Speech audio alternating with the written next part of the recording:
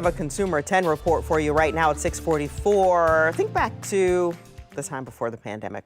More urgent care clinics started to open in our area, and during COVID-19, telehealth and even other options became available. So, how do you know which is best? And how do you save cash while you're making a choice? Here's Krista Frost for Consumer 10. Yeah, so I talked with a few doctors just to find out how to decide on health care. Now, one doctor told me that there are actually 3 things that you should consider.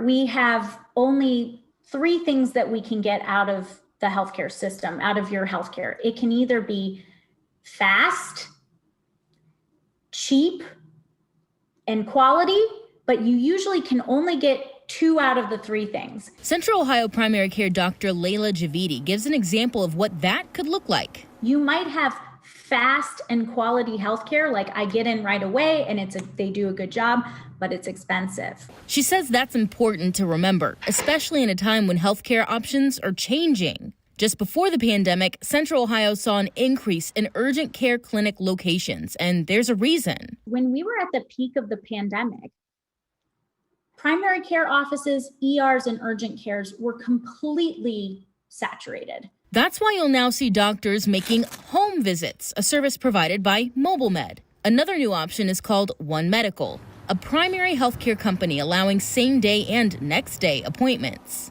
Patients can also sign up for a membership, giving them 24/7 virtual access to a doctor. Back in the days, we had paper charts and phone lines where you had to call patients, and we had faxes, and all that takes time, a lot of red tape that is used for administrative purposes rather than time seeing patients.